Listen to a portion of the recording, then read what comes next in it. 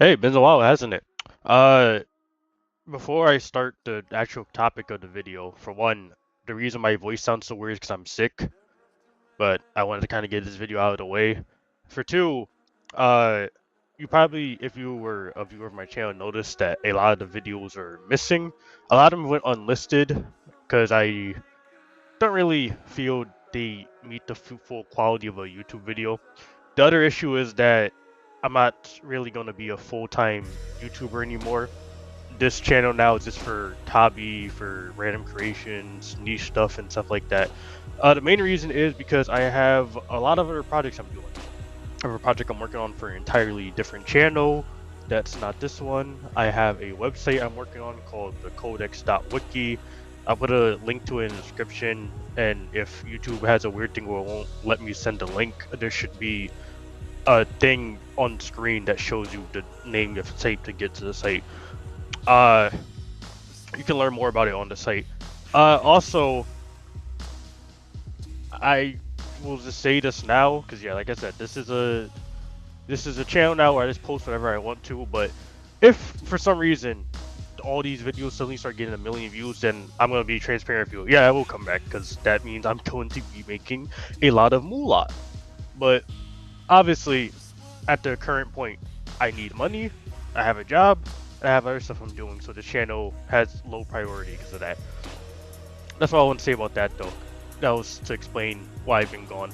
But so yeah, the Switch 2 has been under a lot of controversy.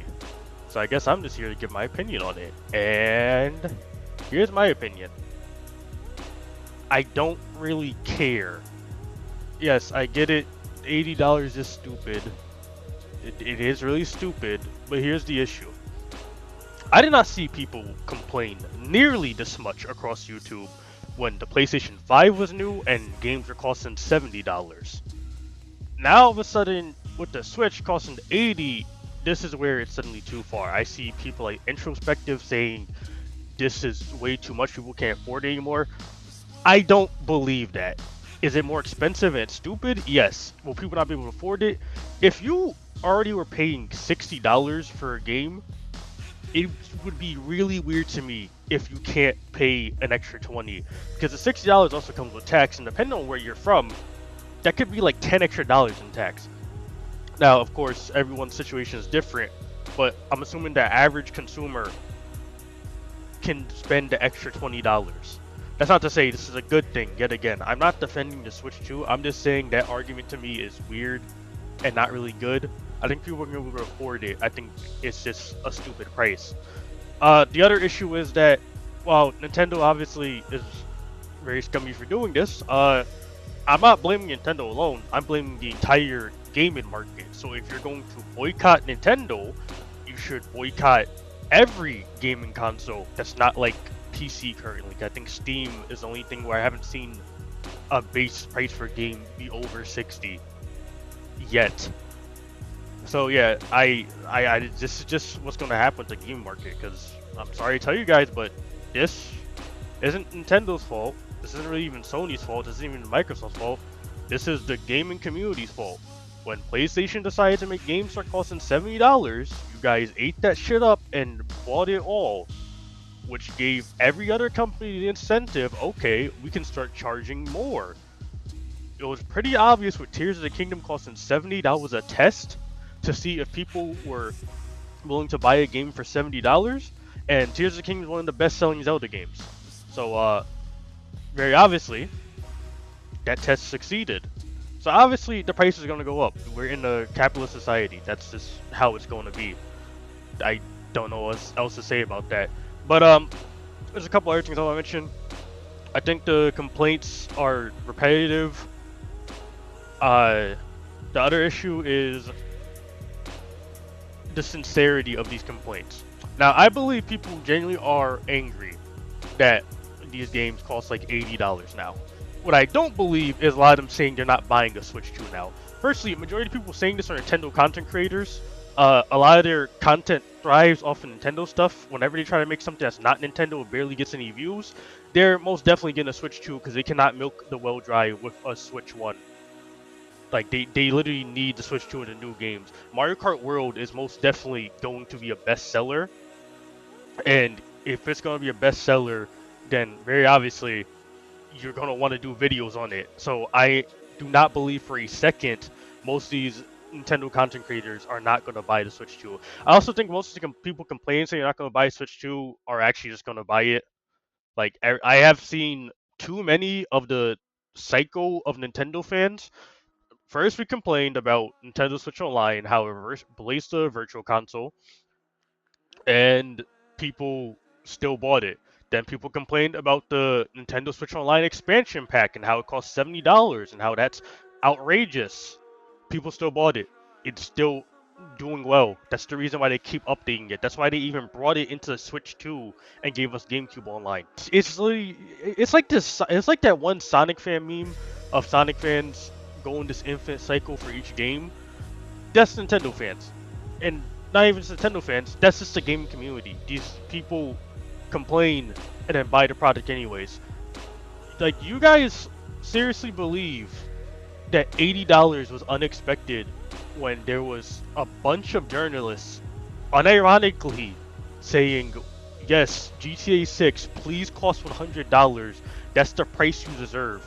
That already sent a message to the gaming community that they can raise the price, and even if people get mad, it won't matter because there's more than enough people that are willing to buy it.